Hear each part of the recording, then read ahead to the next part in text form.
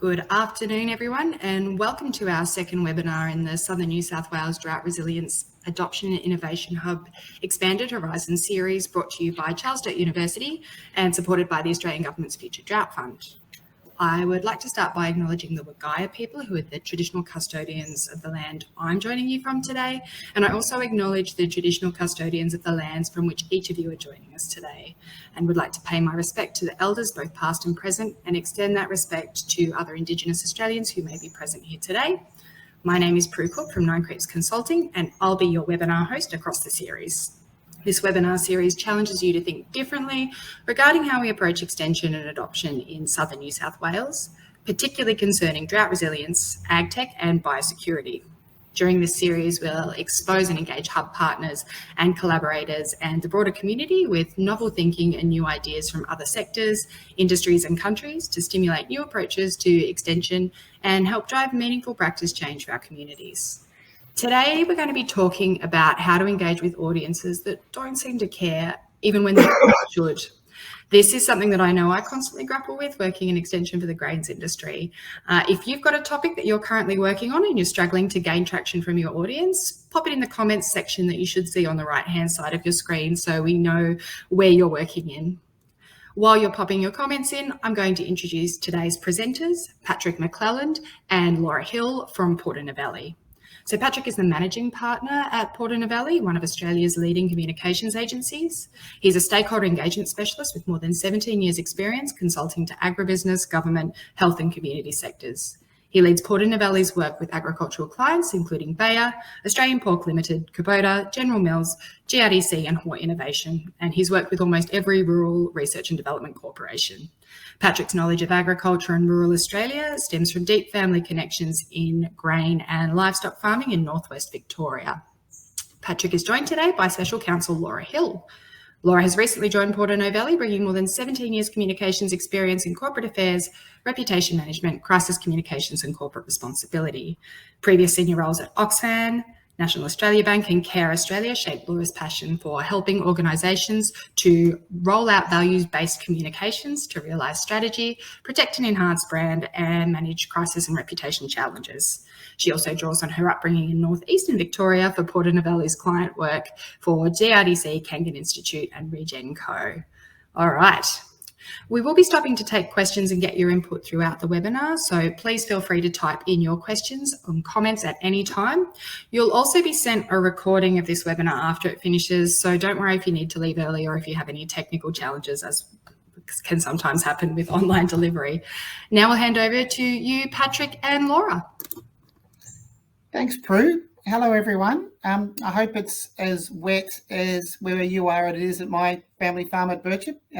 It does seem a bit of a juxtaposition to have a conversation about communicating risk and talking to people that are managing or trying to communicate about drought and drought resilience when it's pouring rain everywhere. I think that's actually a really interesting time and topic for us to be able to have in this conversation. How do you get farmers or farmer audiences to think about things like drought or biosecurity or other things that, you know, drought risk, biosecurity, all this sort of dour stuff when things generally are going quite well. So I think it's going to be a really interesting time and opportunity for us to be able to talk to you about how to communicate in this sort of environment.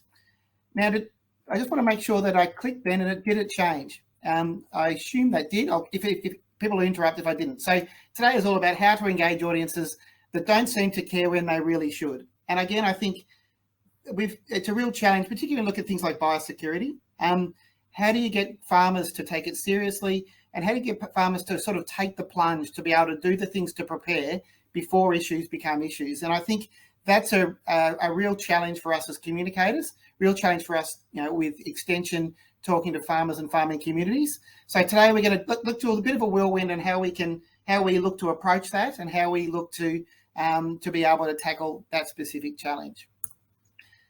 Now, this slide, I think, is actually a really nice encapsulation of the challenges of communicating about risk. Now, it's quite a famous quote from Donald Rumsfeld, who was advising George W. Bush about things before he went into Iraq, and he was talking about weapons of mass destruction before the Second Gulf War. And I think he encapsulates the complexity of risk when he says, there are known knowns, there are things we know that we know. There are known unknowns. That is to say, there are things that we now know that we don't know, but we're also unknown unknowns, and there are things we don't know, And I think, despite the fact that it's incredibly confusing in the way in which that's presented, I actually think does actually bring up and sort of provide the quandary about risk and talking about risk and things that people need to think about now. So we all have risk. We all know we need to prepare for them.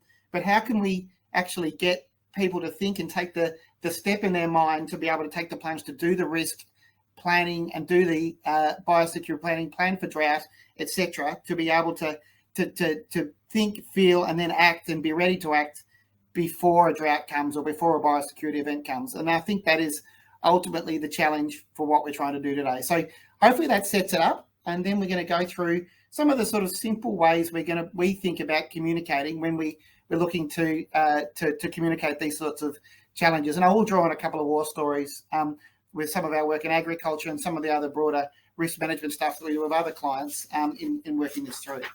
So we'll quickly touch on audience.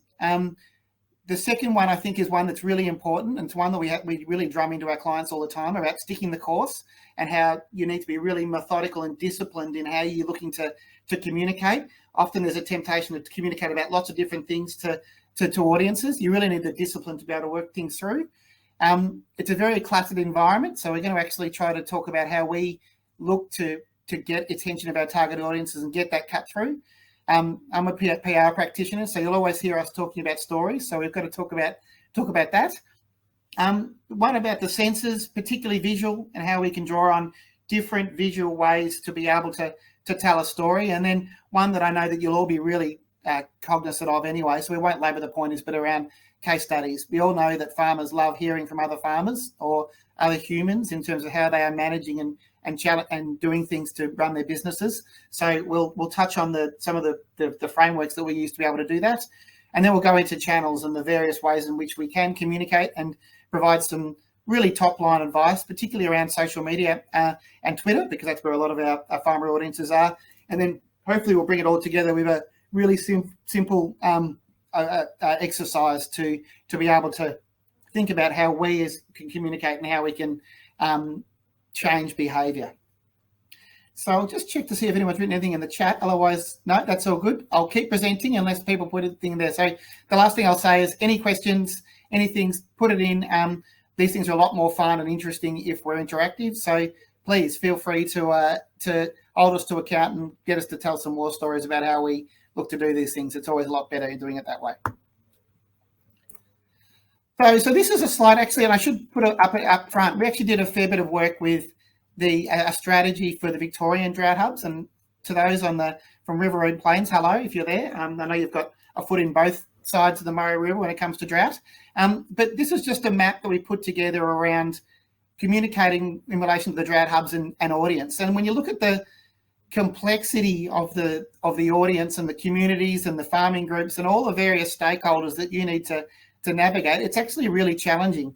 I think the other thing when you look at that, and we plotted the audiences in this slide quite deliberately, where you've got the local and the statewide and national, and that's pretty straightforward. But then you also look to the left about what we ultimately want to do with a lot of this communication is to get people to prepare, to take the time to prepare before we get to actually, as I say, and the first press release we wrote for the Drought Hubs of Victoria was the best time to act in a drought is before a drought. So ultimately, there's a lot of different organisations that all tend to naturally, and I think this is human, we all tend to sort of fall on the respond side of the axes, whereas the grey bit there was meant to be where we need to communicate. There is a bit of a gap there. So the challenge, the thing that we need to do is how do we make sure that people are preparing and doing the things they need to before the issue becomes an issue. And I think when you look at all those various myriad of audiences, we always need to take into account they've all got different perspectives, and every piece of communication you put out, you really need to segment and define who you're trying to reach and why. And I mean, that's obviously the key thing with this slide. The first one being you've got a complicated, difficult environment, lots of different stakeholders. And then you've got, when you are communicating, you need to really think about what each of those stakeholders think about things so that you can actually define who you're talking to and why. And then ultimately, we want to influence this audience, and that is obviously the farmer. And again, we're going to touch on the farmer briefly as we go things through, but I think you guys know the farmers just as well as we do, so we won't labour the point, but there is some things that we need to touch on around communicating to this very specific, very parochial, and I think very wonderful audience, because I wouldn't do what I do if I wasn't trying to influence this cohort. So, and I know you guys, particularly those in Extension, are doing this every day. Farmers are a very independent bunch, and they're very different. And we always need to, and I think there's always a danger often that we try to segment all farmers in the one bucket. There's a myriad and different ways in which farmers think and act and operate. So we can't just sort of say we're going to talk to the generic farmer. A lot of the briefs we get from different clients is we want to talk to consumers.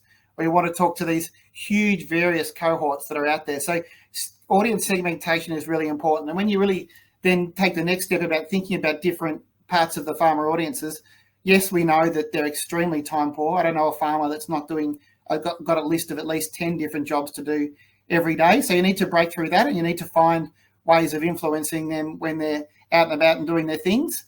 I think this is more important, though, is we need to be able to break through the clutter. We've done a campaign. We actually set up the Weed Smart initiative, which looked at herbicide resistance. And before we set up that initiative, we did an audit of the various ways in which farmers are trying to be communicated with when it comes to herbicide resistance and the use of glyphosate. And a quick Google search revealed tens of hundreds of thousands of different people or stakeholders all trying to influence as farmers, mainly for their own self-indulgent viewpoint in selling herbicides, to be able to talk about these problems. So there's a huge amount of information sources out there. So you really do need to break through and find a ways to break through, either through intermediaries, audiences that they trust, through obviously interlinking with farmers, and then try to break through the huge challenges, the clutter and the cluttered environment that farmers are bombarded with every day. And I think the last one is, and I guess you guys all know this, and again, I think we've had 26 mils of rain at home at Birchip this week, as well as, and I think we've just clicked over the 100 mil mark, and it's perfect. So drought, and we're looking at the things you're talking about, drought is not front of mind right now. They've got other things in their mind, such as they probably might be thinking about cost of fertiliser, the cost of inflation, and how they can manage and run their businesses. But, preparing for, biosecurity might be a bit more of a challenge, given, the lumpy disease in cattle, or foot and mouth disease in Indonesia. I think biosecurity might be more front of mind, and also we work with Australian Pork Limited and Japanese encephalitis. But when you're trying to talk about drought and try to get farmers to take the steps to prepare, it is quite a challenge. And I think we've got a little idea about how to do that at the moment. You almost have to take the juxtaposition view to be able to talk about drought in this quite wet environment. So Laura, I'm going to throw this one over to you.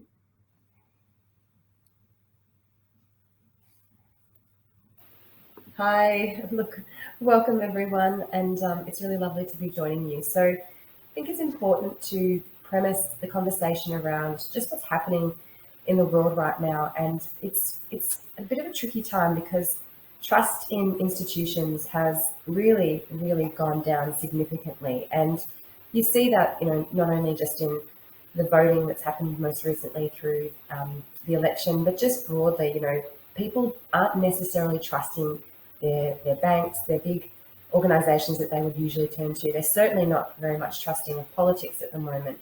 And, the latest research really speaks to that. So there's a thing called a trust barometer that's done by Edelman, another organisation similar to Porter Novelli. And it's really interesting that only 52% of Australians say that they trust government to do the right thing.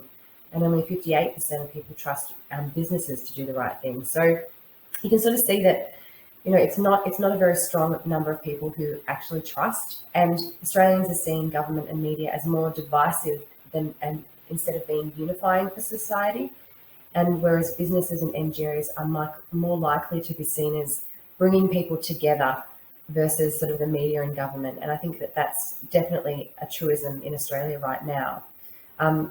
What I think is also important is that a majority of Australians say that their default tendency, so their natural position, is to distrust something until they see evidence that it is trustworthy. And that evidence can come from peer validation, anecdotal feedback from other people, obviously organisations and groups that they trust that are being able to back things up. But we're a very skeptical bunch in Australia, and that's not going away anytime soon.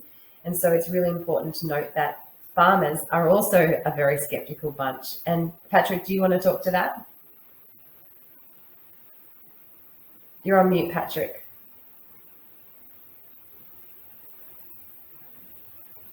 Sorry, that's what happens when you've got a cough and you cough off camera. So anyway, and I know, Laura, you've got a cold today as well. So thanks for soldiering on there. I love the natural skepticism of Australian farmers. And I think that is, it's something I love about sort of the innate nature of the beast, not only of Australians, but farmers are even more skeptical. And we work with a lot of multinational companies. And I think a lot of the work that we do is to try to tell them about how different Australian farmers are. So if you take a sort of dictatorial or an authority figure type approach to communicating with farmers, you're not going to get very far. They'll either turn off or they'll politely or even unpolitely find a way to tell you to where to go, which I really quite like. So it means that we have to cut through the bullshit. We have to be quite clear and simple about why we're communicating, why we're doing things, and what actually the benefit we're going to bring to the farmer audiences is. So yes, they're less trusting of institutions, but they're particularly trusting of peers. So we need to find ways to be able to engage farmer audiences or the agros, the consultants, and all those other people that are influencers, the audiences. If we can find ways for even authority figures or experts to be able to communicate to farmers as peers rather than authority figures or teacher types, it's amazing how you can actually influence people a lot better. And I think some of the social media tools that we can draw on as well are good ways to be able to draw out conversation, to be able to influence those, just the way in which how farmers trust different people and act on the advice that they receive. And I think I think it's really important to labour this is you never dictate farmers what they do, what to do, because they run their own businesses. It needs to be very collaborative in the way it's framed, and it needs to be really clear and simple. And we need to work through exactly what the message you're trying to bring to be able to deliver the biggest benefit for them. And you need to frame it up from a farmer-centric approach rather than the other way around. And I think, Laurie, this was back to you actually when I think about it. Yeah, thank you. So when we're talking about communicating with any group, and we're talking about sort of the farmer group here today or your cohorts that you're focused on, it's really important that you don't think of this as a sort of a flash in the pan opportunity. Most behaviour change or sort of work that we do, we're wanting to see a difference in behaviour or a difference in uptick. We're wanting to see a call to action actually make its way through and penetrate and actually do deliver on what we're wanting. It requires significant time and investment, not only in the preparation component where we want to get buttoned up and make sure we're ready to go, but it also requires sticking the course because it is a long game and it takes people a long time for a message to actually reach them effectively and for it to sink in. And it might mean that we have to repeat that same message time and time again. And so once we've sort of done the work and we've created really attention-grabbing, punchy, thoughtful, careful, strong messaging, we've got to stay the course and we've actually got to make sure that we continue to hammer that message along. It's no point flip-flopping around. And I know that this can be challenging depending on the influence of your sector, and perhaps there's different funding influences or key stakeholders that are influencing communications. Maybe you've got a sort of a link to government and there's things being pushed down that you might need to sort of communicate. I respect that, but it is about staying the course and being true to what you're actually trying to achieve. So repetition is key, consistency is key, and it takes a lot of discipline to do this. And so I just would say that with whatever you're doing, don't think about it as a sort of a 1 month push. It needs to be something that is considered, and it could take several months to sort of start to move the dial and to see results with the stakeholders that you're aiming to target and communicate to and achieve behaviour change. And essentially, I'll just jump in there as well, Laura, like we structure a lot of our programs with clients, and we do take that sort of 12-month view. We have different messages and different pillars that we want to touch on, but every piece of communication, you really should be reinforcing 1, 2 or 3 base core messages about the thing that you want to do and send. There might be other ways to be able to be out there communicating with different secondary messages and different things in relation to the season or whatever it may be. But you really need to have that fundamental core discipline to reflect the position or the core position of the campaign that you're looking to run or the message you're looking to send. And it takes enormous discipline to do that. It might sound simple, but it's actually quite difficult to be able to, even in a reactive sense or to capitalising on opportunities, to be able to reinforce the core message but also make it interesting and newsworthy and relevant at the same time. And if you've done the work up front in, preparing the communications, being really sure on what the messaging is and what you want to say when you want to say it, then it does become easier to be able to react to opportunities that may present themselves. Maybe there is a dry spell, perhaps there's a biosecurity risk, perhaps there's been an announcement made by government, perhaps something's happening in the local community you want to leverage. But if you've done the work early on to really nail your messaging and how you want to talk about it, it makes rolling out and being much more reactive a pleasure, and also something that you can do quite fast. In terms of messaging must-haves, this is probably something you very much know already, but with any audience, and this isn't just about farmers, but anyone, being clear and concise is key. We've all, received a letter, an email, have been spoken to in gobbledygook language, and it's really, it's not helpful. It's very, very ineffective. And so what we want to try to do is be as clear, as concise as possible. As fewer words as possible is actually the best thing that you can aim for. And be appealing, be emotive, be human. Don't be a robot. Don't, use, jargon or company speak or things like that. Think about putting yourself back into the audience's shoes. If it even takes you to actually spend a moment pretending and standing there thinking that you are that cropper in the paddock and it's raining, what are they thinking right now? Put yourself in their shoes, be appealing, be emotive, be human, don't be a robot, and back up what you're saying with evidence. We know that this group is a highly skeptical group. We know that they're distrusting. So they are going to want to see evidence. They're going to want to see proof points, and they're going to want to see one killer proof point, because if we don't have a lot of time to convince them, it's going to be important that we get what we need across very quickly. And a killer stat or a killer proof point is really going to make it a lot easier for you to grab their attention and get them to do what we need them to do.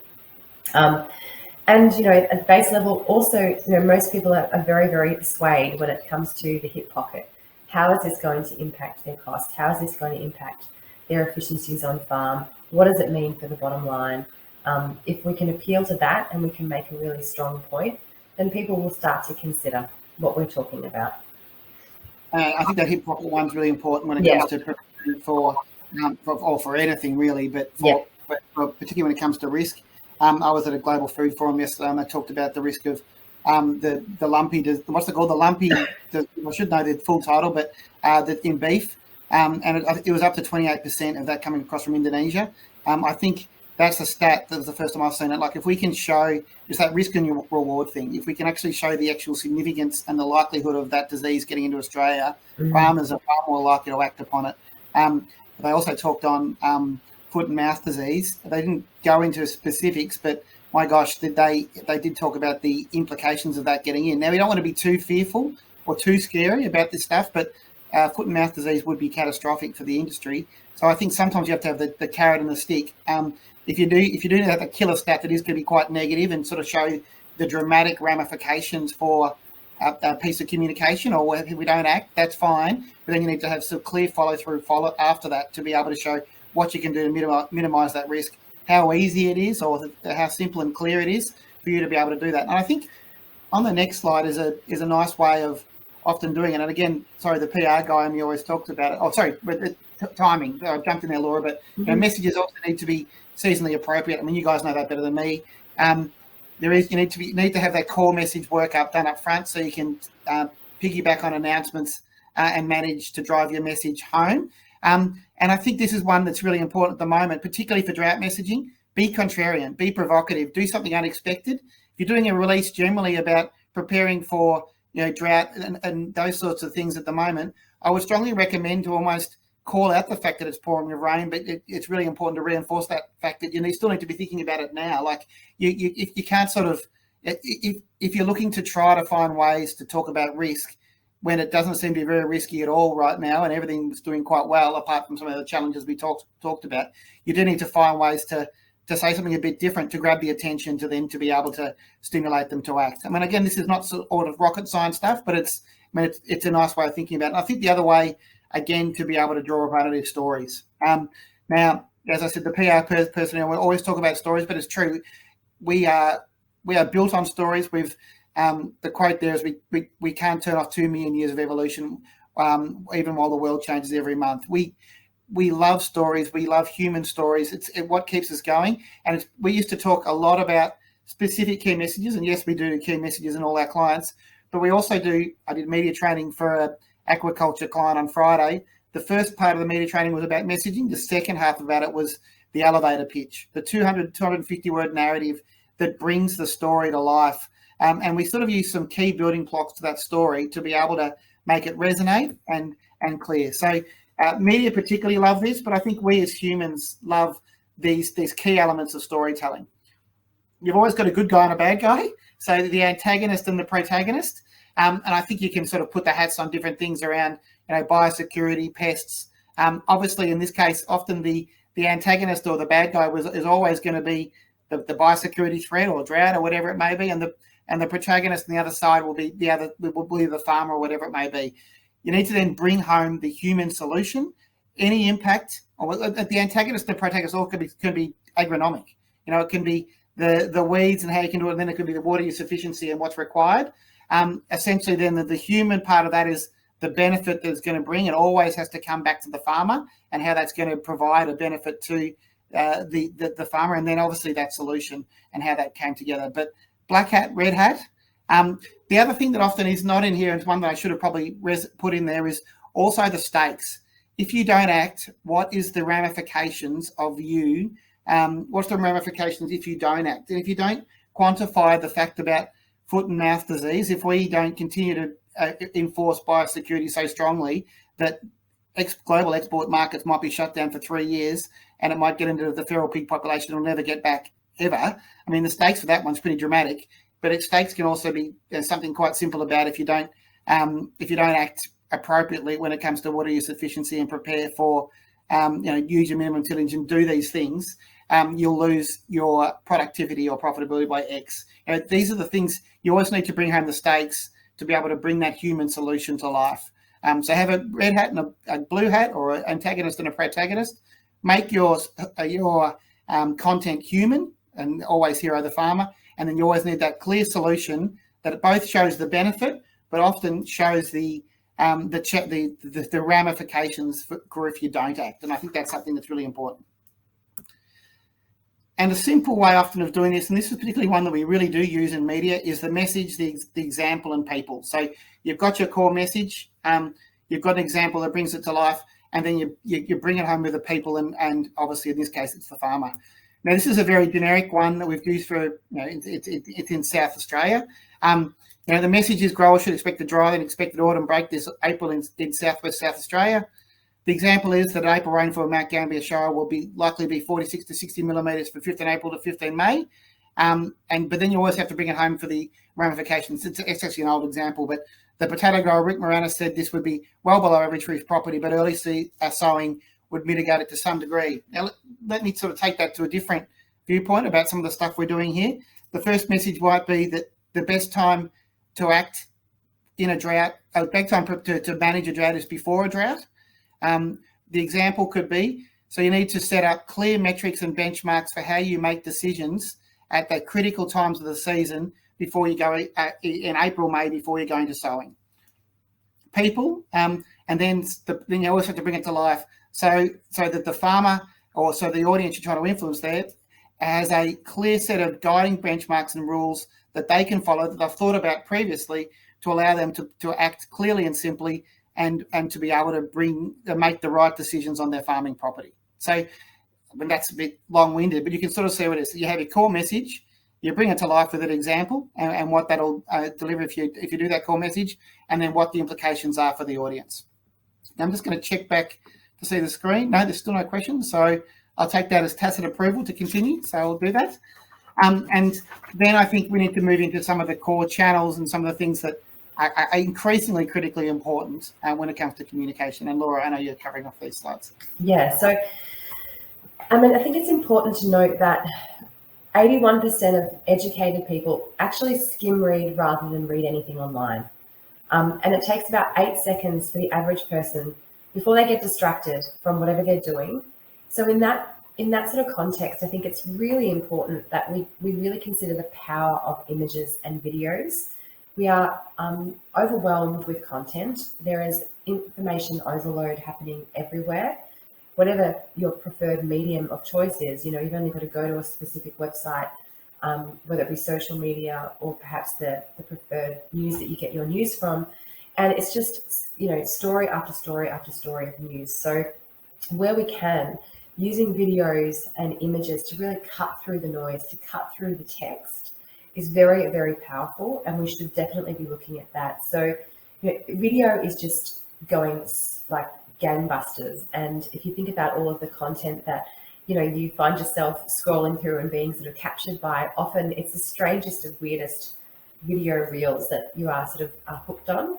But basically it's accounting for 82% of internet traffic. So we have to acknowledge that, and we have to start using videos and images as much as possible in our communications versus just words on paper, and also thinking through audio. Podcasts are really popular.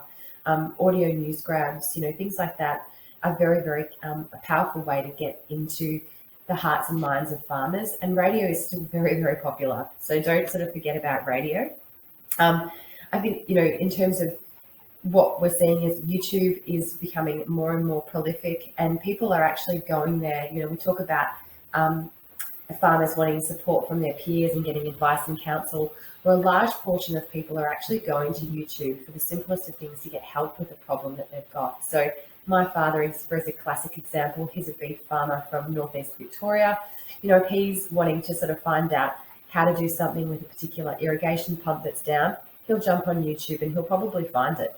He's not necessarily going down the road and asking for help from the local mechanic anymore. He's workshopping the solution for himself. And I think that that's true on a number of scales for a lot of people, as they're turning to internet and they're turning to other trusted sources like video to get their information. And, social media posts, we know that when we use images, people engage with it. You've only got to see how prolific TikTok is or Instagram, that they've changed the social media landscape. It's all picture driven. It's all images driven. And that is very true for farmers and for the target audiences you're working with. A picture can tell 1,000 words and it can cut through very quickly. Imagine if we're talking about a biosecurity risk and we actually saw an image of what happens to a cow or a pig or some other thing that's affected by this disease. I think that would be very, very powerful compared to a long, report on the risks of it. And, when we talk about, this, but case studies are really important. Bringing the story back to a human, make it local. So it's about local people. It has to have local impact, and it has to be about a local story. We're talking to the local community. We can't sort of helicopter someone in from somewhere else and make them the expert. Draw upon the community, make the case studies local and make them personal and make them human. Over to you, Patrick. Just making sure I'm not on mute. No, I'm actually not on mute. That's good. That's terrific. So data points of maximum effect. Okay, I won't labour the point, but always have a problem. So proven with a data point, the real issue is, so always have those things to there. I've already talked about the stakes. I think the stakes is really critical, particularly when you're talking about risk, but don't over-labour it. Don't try to scare the bejesus out of it, because if we get too stakesy or too dire about things, often people tune out. But have the stakes and have, I think, the benefit and the negative if we don't act. Insight's always brought to light with a data point. Realise that, and obviously the solution is always proven with data points. We now have. So, data points are really important. But I think there's 4 different types of data points here to be able to bring it to life. Often, I think that's often too many. But you've got different ways of being able to tell that story. So a data point for the problem, data point about not acting right, a data point to be able to bring to life with an insight that sort of brings the story to life, and always the data point that's actually going to provide the benefit or provide the solution. And we always, we often, some of the things we always need to call to action. We need a farmer to be able to take the step that they need to be able to deliver the benefit we're looking to bring to life. That call to action is really critical. Often message example people, you always have at the back end of that, and that's why you need to do X. That call to action on everything with that consistent sort of discipline of your core messaging that you've been trying to bring across throughout the whole campaign. Hopefully, after 6 months' time, you'll be able to influence the audience quite well, so that they actually, will recite it back to you. That's always the ultimate aim. Again, I won't labour the point here because I think you all know this, but local radio, people listen to the bullet every day at 6:40 to get different things. Rural and regional newspapers still really important, online publications, etc. And I think publications like Beef Central, Grain Central are becoming critically important. It's amazing how farmers are reading those things from the cabin. Precision agriculture. We do a lot of targeting of farmers at sowing because they're in the cabin at doing PA, and obviously at harvest, a lot more attention at harvest a lot of the time. But finding different ways to be able to target the farmer at the right time. We've talked about social media. I'm going to touch on Twitter in a second, and obviously those intermediaries and through the local communities. I'm conscious of time. So social media use in Australia, we all know, particularly in Australia, I think we're the biggest users of Facebook in the world. Instagram's coming more and more important. LinkedIn is really important for a professional audience. And for us, I think we find Twitter is incredibly important for farmer audiences. I also think the actual format that Twitter provides you an opportunity to be able to both share video and to be able to share ways in which you can act on things. But it also is instant. You can attract and provide solutions to problems at a moment's notice. And it's very instantaneous, where things like other social media platforms, particularly ours, aren't as, I think they're almost like a different frame of mind.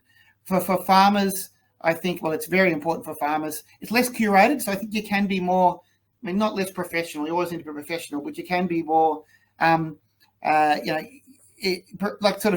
think the word is genuine in terms of how you're doing. If you're in a paddock as a extension officer, often an iPhone just talking through is actually really appropriate. And then you can have direct engagement, and you can also respond to things really quickly. So I think Twitter is really good like that. And it's the platform to get into some scientific detail. We do a lot of work with Bayer on their social media channels, and we actually do use that as a link back to various quite technical content. It's amazing. We track a lot of that things, and it really is a successful way to drive people back to, and they're not going to go back for salesy stuff, but to come back to be able to manage the product. Some key things around Twitter. You've got 200 characters, used to be 140, but it's a bit longer than that now. But the shorter, the better. We've already talked about visuals. We've got clear data points that we use around. Tweets with video get 10 times the engagement of tweets without video. So I think that's really important. If you are doing video, no more than 2 minutes, probably 30 seconds to a minute is far better. Always incorporate relevant hashtags. I think you guys know that, the Ag Chat Aussies, etc. And I think often a way to be able to drive interaction and things is running polls and things like that. And obviously always look to curate and connect and retweet your content by heroing the farmer and actually interacting with growers out in the field. And again, I'm sure, and I've seen a lot of your social media channels to be able to do that. The last thing I will say, and this is critically important, I'm talking to you on a laptop today, but most of the communication we do now is simply via a phone. So always try to make your thing as mobile friendly as possible, so that farmers, particularly out in the field, but anywhere, or any community member, can access the information as quickly and as easily as possible. So I think we're on track in terms of timing. We wanted to do this, I think it's the invite's around 50 minutes or so. Before we go into a little session about what we thought we could do around messaging and things like that, are there any questions or any things that people want to ask us about? We've sort of rattled through it. We wanted to keep this interactive. Laura and I have been rattling on. Are there any specific questions or things that people want to raise with us to be able to talk about? Anything there? Anyone want to put their hand up? I'm happy to kick it off, Patrick, to give people some time to type their questions in. So the point about staying the course and that people are going to need to see a message 7 times before they actually take notice. So from an extension practitioner's point of view, you're like, okay, it could be 7 times before it's on their radar. Then we've actually got to work to change the practice. And as you've said, that could take, you would usually say to your clients, it's going to be about 12 months of reiterating the same message over and over. I imagine that there'll be extension people on the line who'll be going, how do I go back to my funder or senior management and say, hey, it's going to be 12 months of reiterating the same message over and over before we even get to a point where we can talk about practice change. How do you handle that with your clients, and what would your advice be for extension practitioners on the line in terms of getting that level of engagement from the people that are going to be either funding or supporting their projects? Well, I think it's an interesting one. 12 months often is a season. So I guess that's a good thing. Like you can actually, with a funder and things like that, you've got a season. So you have different opportunities to be able to reiterate the message. And if it's a self-interested funder, they were looking to make a sale or whatever at the certain time of the season a lot of the time. So I think that's something that you can do. But more broadly, I think you need to be honest and transparent about it takes discipline. There's no quick fixes, particularly in agriculture.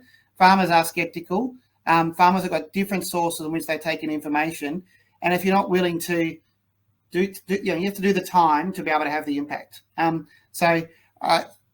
I think you can also build out different ways of doing the work more upfront, as Laura said, so that you can also be compelling and different and still influencing, whether it's brand or brand recognition or other things like that, to be able to, provide a benefit to a funder or a client in our case, or a bit of both, or you'll be able to reinforce the Drought Hub messaging and things like that. So at least people are getting the broader feedback around what's happening, even though they're not getting the core message. So I think you can find different metrics and different ways to be able to both prove value to your client and prove value that they're not wasting money by going around for 12 months.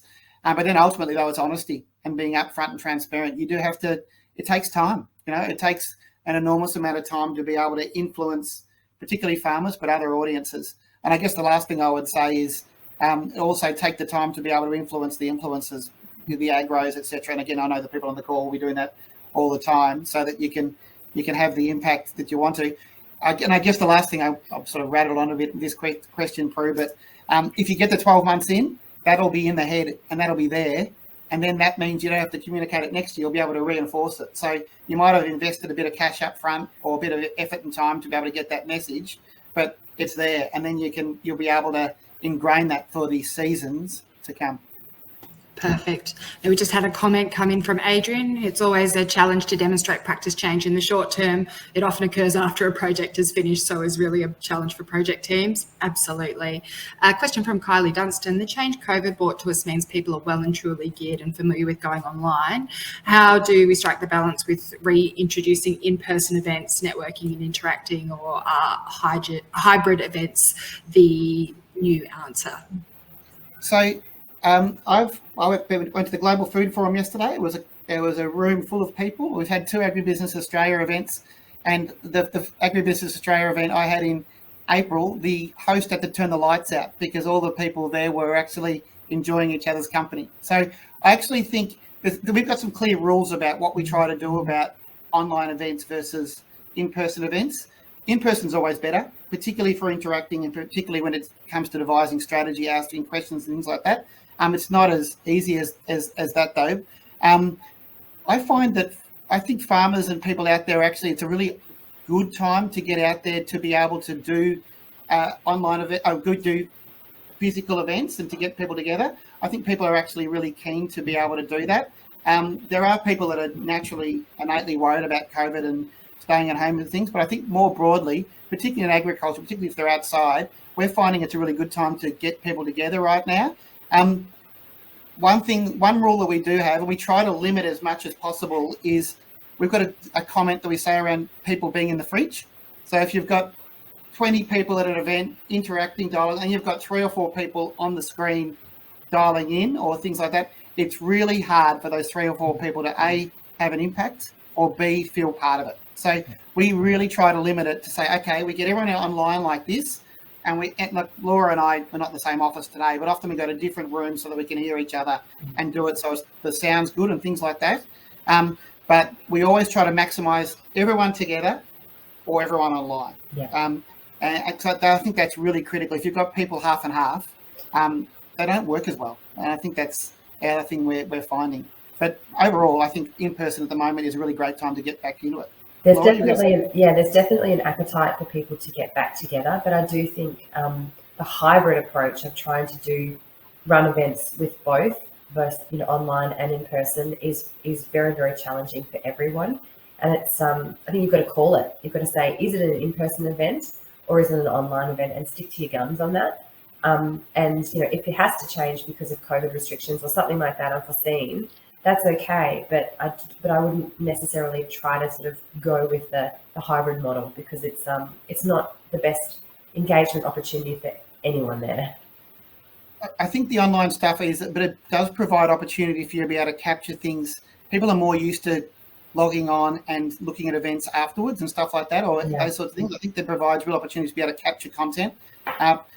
Use of QR codes, everyone bloody checks in for QR codes every time now. So we're using the hell of a lot of that stuff now because people are just used to it. So farmers are bloody technical, and they use ag tech and things all the time. So it's less about the tech, but sort of even like simple things like people know how to use laptops and computers and stuff far better than they did 3 years ago. So I think if you're doing an in-person event, and I always recommend that as much as possible, or doing it a hybrid event, doing an event that is online, you do have opportunity, and people are more likely to take the time to read, review, download, or whatever. They might skim through it and things like that, but I think people are more used to that because of the nature of the pandemic and the way in which we've been forced to innovate and been forced to communicate and get information.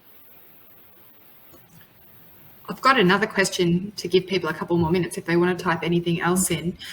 Just something that I find is really, really challenging and that is a skill set that seems to be lacking is the ability to write a really concise key message. And you had a really great structure for writing a key message, but it's still really hard, particularly often when you're trying to instill messages from research, which will be incredibly complex and have a lot of variables depending on the farming system and the geography.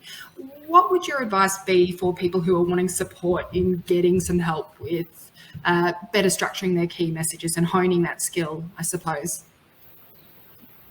Laura, do you want? I can go. I'll go first. So the key thing. So the first thing we always go to is audience.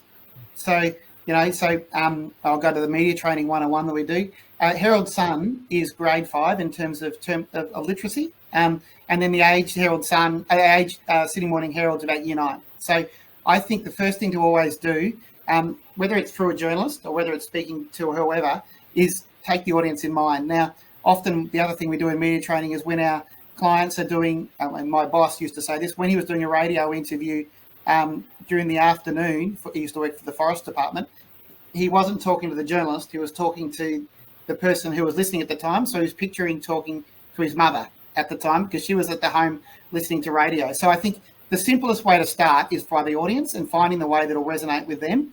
The technical content often is the technical content. So try to find ways to ask questions of a colleague or yourself about how can we make this clearer and simpler as possibly can. Farmers, I think, are really good at taking in technical content. So you've got more flexibility to be able to do it. But ultimately, I think the key point is the technical content, the example bit. The key message might be relatively simple, the example, but then the people bit's the important bit.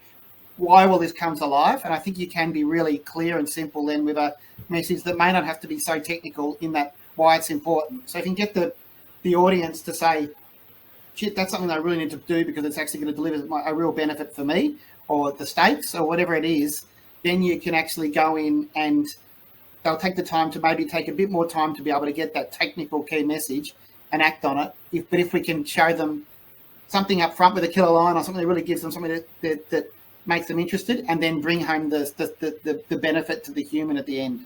And if you can get them there, they might do a bit more legwork in their head to be able to digest the information. Laura, do you have anything further to add on that one before we go to Adrian's question? I just think that where possible, if you can, use things like infographics, for sometimes, fewer words is better. And perhaps it's, instead of having several sentences or a large paragraph, is there a way to sort of, have a picture of a battery operated tractor, and that actually is the key message, sort of saying, whatever the CO2 emissions are from that piece of machinery. I'm not sure, but instead of using words all the time in paragraphs, is there another way to actually demonstrate the key message that has cut through and is much more visually attractive? I used to work for a company called Toyota, and everything was visual. All the boards were visual. You'd be able to go up at the start of the day and see exactly where production was, because when you think about it, there were so many people who worked there from all different walks of life, from all different nationalities, all different languages, that they all knew when they looked at the board what exactly was happening.